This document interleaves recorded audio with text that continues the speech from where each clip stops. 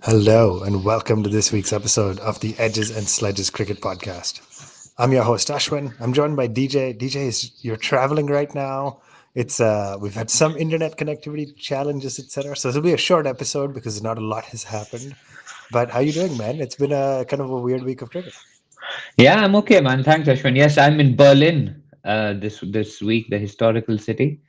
Um, but it's a weird week, as you say, because we weren't expecting to talk about very much after the Border Gavaskar Trophy finished, other than to say how boring ODI games were, right? And I'm pretty sure you're on the same page as Varun as me because we kind of glossed over the ODI preview, but it's turned out to be a little bit of a preview of what we might expect in the World Test Championship final, I think, from the Aussie Quicks. As the title says, they have really bullied us in those first two ODI games.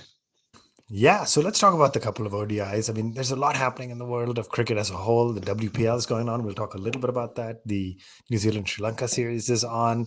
But really, I mean, the reality is exactly as you said that the Border Gavaskar Trophy finished. We wrapped up the fourth test. I was off last week, as you guys talked. And now we're ready for IPL season, which will go straight into the World Test Championship. So lots of fun happening. The three ODIs feel a little out of place, but let's get right into it and talk about it. DJ, I know you got a chance to watch the first. I mean, I'll tell you, I wasn't expecting it to be 1-1. I will also tell you the matches started at 3 a.m. my time. So any of our listeners who are Central or Eastern time in the US will commiserate. 3 a.m. is that worst time. I'm too old to stay up that late and watch the first 15, 20 overs. And I'm definitely not quite able. I'm not quite old enough that I wake up at 4 in the morning and start my day. So 3 o'clock is the worst time. But today for the second ODI, at like 6:45 or 7, my eyes open. I was like, okay, great, let's see what the end of the first innings is like and what the second will be. And instead the match is basically over. So I was glad I got some sleep on a Sunday morning. But let's start with that first ODI. India ended up winning by 5 wickets. Australia batted first, got 188 all out. DJ, I know you got a chance to watch this one. I mean, the Mohammad Shami and Mohammad Siraj show, pretty good quick bowling from India to lead us off on what was a spicy pitch in Mumbai, right? Yeah, it was a great start to the series. I thought. I mean, there was a little bit in it for the Quicks. There was seam movement. There was bounce. And honestly, I mean, Shami just bowled beautifully, supported really well by Siraj. We caught well. I think there was only one catch by Shubman Gill that went down. Rohit wasn't available. So Hardik Pandya captained that game, and Pandya captained while keeping a slip in like the 25th over and stuff, and taking wickets that way as well. Um, yeah, and I obviously having watched games in Mumbai where South Africa, etc., have scored 350 plus, and India have also got big scores. You thought 188 was pretty light, to be honest, right? Like in Mumbai is known to be a batting paradise. I remember a T20 game where Joe Root scored 100 against South Africa, chasing against South Africa seems to come up a lot in Mumbai, chasing down 220 plus against South Africa in the T20 World Cup 2016. So 188 seemed really light, but we missed Varun's favorite figure in all of cricket by one run. It was 16 for three, not 15 for three, and man, it was pretty dramatic actually. In the absence of Rohit, Ishan Kishan played. KL Rahul interestingly took the gloves here, so we should talk a little bit about that because he's got a lot of hate in the Test arena. But we should talk a little bit about KL. But at 16 for three with Ishan gone, and there was Gill was batting pretty nicely at that point. Uh, Kohli was gone after hitting one really nice looking boundary, and Sky was gone first ball golden duck, and it didn't look good at that stage. I have to say when Pandya joined Gill, and then Pandya went pretty soon, and Gill got out, and we were five down for like 80 odd. And that's probably where I should hand over to you. I've given you the chronological event, but I want to talk to you about KL Rahul's innings like this. Yeah, I mean, let's talk about it. So obviously, like you said, 188 not quite enough, right?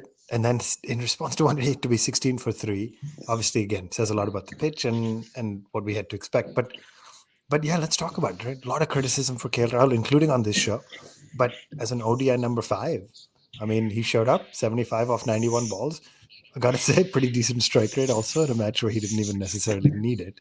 And yeah, ably accompanied obviously by Hardik, and then who ended up being the player of the match. I mean, we should be wrapping Ravindra Jadeja in gold or in a blanket or whatever it takes to avoid injury to him. And let's come back to Rahul. Let me just ask you this question. Is Jadeja the first player on the team sheet in all three formats at this point? Yeah, That's I don't think unbelievable. there's any doubt about it. Yeah, Well, he was if Sanjay Manjrekar listens to this podcast, we'd love to have you on at some point to talk about the backlash from being called a bits and pieces player. But I mean, he's the first player on the team sheet. How incredible is that? yeah, and he was brilliant actually. I was remiss not to mention his bowling because he bowled well, took wickets. He caught brilliantly to give Kuldeep a wicket. He caught something at backward point, which was fantastic.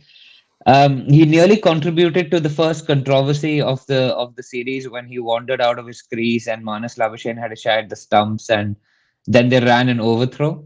And that I think would have actually sparked a little bit. I think it's been a fairly quiet series on that front. But yeah, Jadeja number one on the team sheet for Team India every single time, every single format. Brilliant, brilliant player. And I'm sure the stats will back that up. I mean, often we sit in this show and we just talk from what we feel and what we've seen and what we've like uh, felt about how players perform. But I mean, I think Jadeja will have the stats over the last 5 6 years to say that. And I'm pretty sure the ICC rankings will bear this out that he's one or two in the world when it comes to ODI all rounder or T20 all rounder or Test all rounder. Yeah, I mean, totally fair. I'll pull those up as we're talking. But so then 80, they were 89 or something for five, I think. 89 for five. When 83 for five, excuse me, when Hardik goes. And from that point, you were a little bit nervous. Seems to have a reasonably long tail. I mean, they picked Shardul for his batting ability, I think. We'll talk about that in a second. But KL Rahul saw it home, right? 75 runs off 91 balls. Jadeja, great partnership, made 45, just fell short of it making a half century. But full credit, right? Full credit to KL Rahul for the ODI performance. But Yeah. IPL's coming, right? There must be an orange cap somewhere. Do you think he thought IPL has started? So now orange cap, he's like 75 of 91 is a pretty good T20 strike rate for KL Rahul, I guess, right? Yeah, I guess. I mean, it's kind of he's tuning up a little bit for Lucknow, right? So, but he had a nice six. That was a telling shot actually. And to be fair, honestly, I mean, like we're joking around here a little bit. It was a seriously good innings because Stark had his tail up. The Aussie bowlers were bowling well. The bulk of the Indian team was out. KL actually walked in on a hat trick ball and smoked it through the covers for four, and that was great. What was a little bit worrying was how Gill shaped up against the moving ball, right? And it's the one thing I've always worried a little bit about Gill with his technique of staying leg side of the ball. He was dropped, I think, 4 or 5 times, or maybe edged 4 or 5 times through the slips at catchable height, and he was dropped like maybe 3 times. And then finally caught at point, and there was an action replay of that dismissal today. But KL looked confident, so making a case for the World Test Championship final via this ODI series batting at five, I think. Yeah, I No, mean, it was a seriously good innings. we always struggle with the multi-format versus single format. Like, do we take form from one format and translate it over to the other? Anyway, good win for Team India. I mean, not a lot else to say, honestly. I think what I'll highlight here is the only, as you talked about the 16 for 3 odd, Kishan got out to Marcus Stoinis, but then three of our best ODI players on paper, Gill, Kohli, and Yadav, all got out to Mitchell Stark. Left arm swinging bowler, and Oh gosh, yeah. we've heard this story before with the left arm swinging bowler coming in to torture the Indian top order. But then we went to the second ODI thinking, okay, 1-0. If we can win this, you get to 2-0, give some of your big guys a rest. And the match was in Visakhapatnam. And like I said, I didn't even get to watch at all any bit of it. I'll watch the highlights later whenever they're out. But India gets dismissed for 117. I'll highlight a few things, right? Third ball of the match, Mitchell Stark hits Shubman Gill. In his fifth over, he gets Rohit and Sky. In the fifth over of the match, his third. In the ninth over of the match, he gets Rahul. And he ended up bowling, I think, 6 on the trot to pick up 5 wickets. Eventually, ended up going for a few runs. But let me start by asking you about the fact that I thought Crick Buzz or Crick Info, or whoever you look at, had made a mistake because I saw Surya Kumar Yadav, LBW be Mitchell Stark, 0 brackets 1 0 of 1 ball. And I was like, oh, they must have just copy pasted the previous match. And it turns out they didn't. So what do you say about Surya, right? Like he's probably, if not the first name on the team sheet, like Jadeja in the T20s, he's the second, I would say, on T20s. But has he earned his right in this ODI setup? Ooh, interesting. So this, obviously, he's playing because Iyer is injured, and so there's no discussion around whether he plays or not, because that may have been the query. Then this would have been a great chance for him to like cement and lock down his spot there for the World Cup, right? Upcoming 2023 ODI World Cup.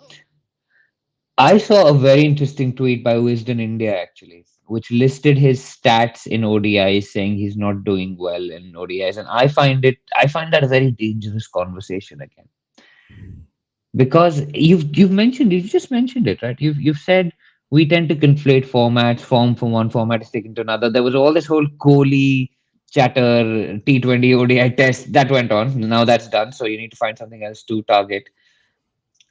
What are we trying to get at with that stat? I think it was showing his average and his performance, right? And then we've got a question on screen as well about what do you say about Sky's performance in ODI. What are you trying to get at with that? Does he not know how to play 50 overs? Is that what we're trying to get at? Is he out of form? Is that what we're trying to get at? Because tomorrow, if you have an ODI, sorry, a T20 game, what are you going to do? Are you going to leave Sky out? It's just a conversation for the sake of having a conversation. In my Sorry, view, I just so mean, I'm clear, you're not saying he walks into the ODI side, does he? You're saying he's playing for I, Iyer right now, but but I don't think he walks into the ODI. I don't think anybody walks into any Indian side at this I point, mean, I think you could right? argue Sky walks into the T20 side right now. Yeah, but with these stats, of course he hasn't performed well. But the narrative that you're building is like, what is the narrative that you're building? That he doesn't know how to play he knows how to, he's a king at T20 cricket, number one batter in the world, but he doesn't know how to play 50 over cricket. That makes no sense I don't at think you're all. saying he doesn't know how. I think you're saying he hasn't proven that he belongs.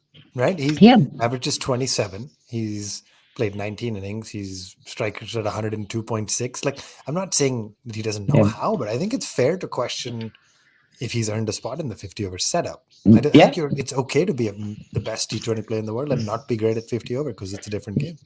Yeah, well, I find that hard to believe, because if you take him and you say, okay, we're going to play him with 20 overs, bat him at six. He's your best T20 player in the world.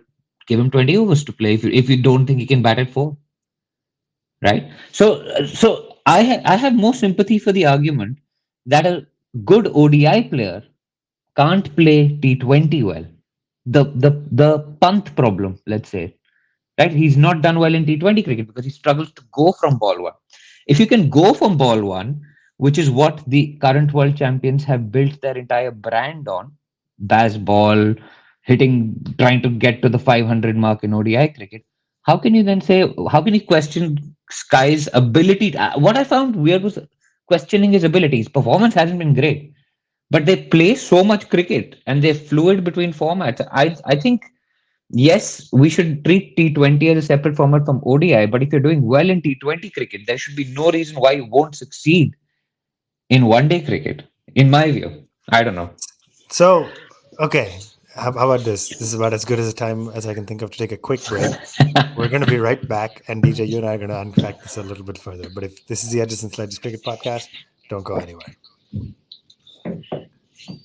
Welcome back to the Edges and Sledges Cricket Podcast. DJ, we celebrated our 5-year anniversary a couple of weeks ago. I think you and I disagree on a lot of things. Not that many. We've most predominantly kind of disagreed on MS Dhoni as a finisher. And Oh, a few of those. I do. have you seen the picture that Which came one? out? The Which one? Chennai Super Kings put up a picture of Dhoni practicing in the nets, and Harsha Bhogle tweeted it saying that, is it going to be a power game this IPL? Because Dhoni's come out with guns, dude, this year. Nice. Nice. That's awesome.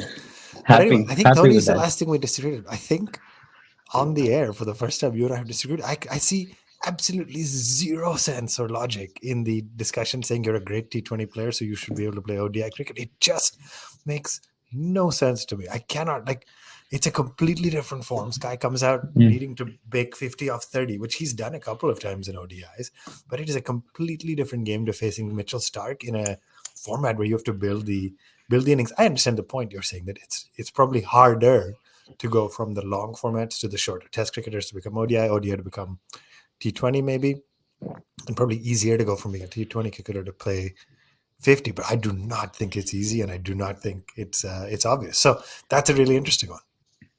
No, it is interesting. And as you said, I'd be interested to see how many of the top 10 ODI batters are also in the top 10 T20 batters. I don't know. I think that's Yeah, an analysis that could be quite telling in this. yeah, and I mean I think some of it will be skewed because not like England doesn't play the same sides all that much, etc.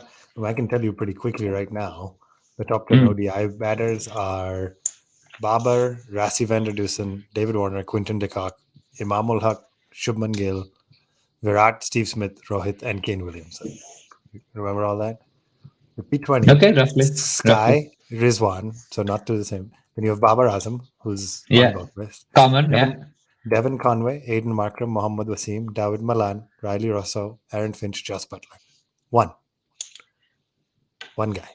So I know some of it I give credit. They're not playing at that much of all the different formats. You have different squads. But Mm. anyway, Interesting.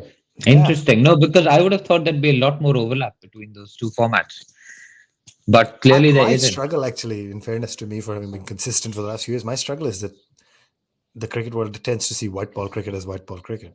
And I think that Mm. has been India's shortcoming, where white ball cricket is not white ball cricket. They're two very, very different formats. But Mm. anyway, if you're listening to this, send us in tweets and email contact at one-to-one.com. We'd love to hear from you and hear the perspective. But DJ, there's not actually a lot much not else about this match I'd love to talk about. I mean, 117 all out. Actually, the one I wanted to talk is Akshar Patel, right? So didn't play the first match. Brought him in the second. I mean, should this guy be batting at four? He's the only Why guy who is knows he? how to bat. Why is he always not out? His average is unbelievable in the last across formats, last few months. This series against Australia, his average must be incredible.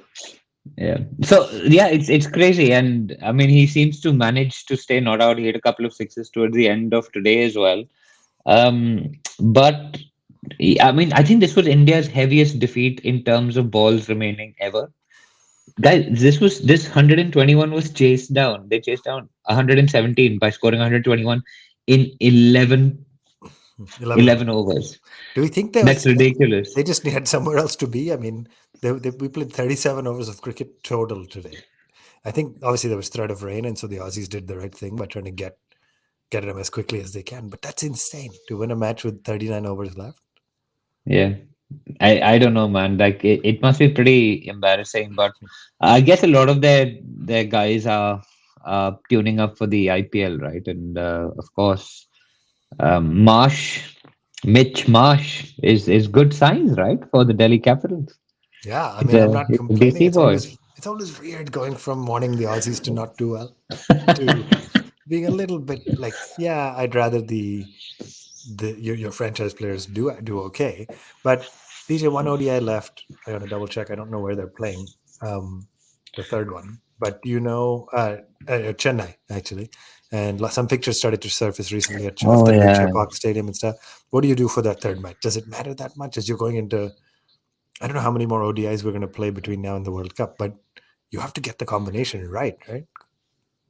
So I don't know how much they're going to put into this. I think they'll just play a similar team. But you mentioned Chepauk in Chennai. There were big lines for queues. And have you seen Yeah. the stuff that's out about the ticket collection for the Apparently, IPL? it's all still. Oh, the Chennai ODI is all still physical. There's no Yeah, online and the ticketing. IPL has also got some physical collection at Azad Maidan apparently, and it's Oh like my it's god. pretty horribly organized. I don't know why in this day and age we're doing physical tickets. It's ridiculous. Yeah, But it's silly. that's a detour. Chennai, interesting. We've been playing Kuldeep, which has been good. Kuldeep played the first game. I don't know whether he played today, but he definitely played the first game. It traditionally allows for spin, right? He did. I mean, he did play today, but he got one over because they Yeah, had because such he few had runs to 11 defend. totally. Yeah, that's why I didn't even, he was batting towards the end. Yes, of course, he did play today. He was batting with Akshar at the end. Um, I think so. I'd be interested to see how he goes. Um, Rohit is back. I think it'll be a very similar sort of setup. But again, I don't think they're going to. They'll be more riding on this one because, of course, it's the series finale and like India don't want to lose and etc. But I don't think we're anywhere close to finalizing our playing 11 like we were in 2019. That was a much more set template and format in a way. You had Bhuvi, Bumrah. The only question was around number four, who was going to bat, whether it was going to be Vijay Shankar or Ambati Ambati Rayudu, Raidu. Yeah, we've come such legend. a long way. Yeah, and so I think we're in a much more fluid place at this point. I think there'll be injuries. I think there'll be an entire IPL to get through right now. Because remember the if you get injured during the IPL, of course the spots up for grabs like the keeper spot. So Rahul has been keeping, right? Not Kishan. So we've not given Kishan the gloves. We Mhm. said Rahul is going to bat middle order and he's going to keep. Well, because And that Kishan will be didn't play, interesting. because Kishan didn't play as Rohit came back. Kishan didn't play the second match, right? So Kishan was only in because Rohit was out. Correct. And we can spend forever talking about the World Cup squad, which we will do in the lead up. But let me ask you this: if Sky is not walking in at four, and Shreyas Iyer may have, this is my question for you for today. Question of the day: is there a world where Shikhar Dhawan walks back into this ODI side somehow? No, there's But no world in which Shikhar Dhawan for the walks back, last, right? for his last hurrah, bring in a lefty up top, bring in the Rohit Shikhar opening combination, play Gill at four, and no, they just dismissed it. I've been, No, because all you'll do is you'll play Kishan at four, right? yeah. Or you'll I don't know, maybe you'll drop I can't see how you'll drop Rohit to four, but you'll play No, Kishan at I'm four. talking about Rohit and Shikhar. I mean, you don't want to see Rohit, Shikhar, and Kohli as a top three again for another World Cup. I'm not No sure way. actually. I'm not sure. I think it is time. Of course, Shikhar was a great servant of Indian cricket.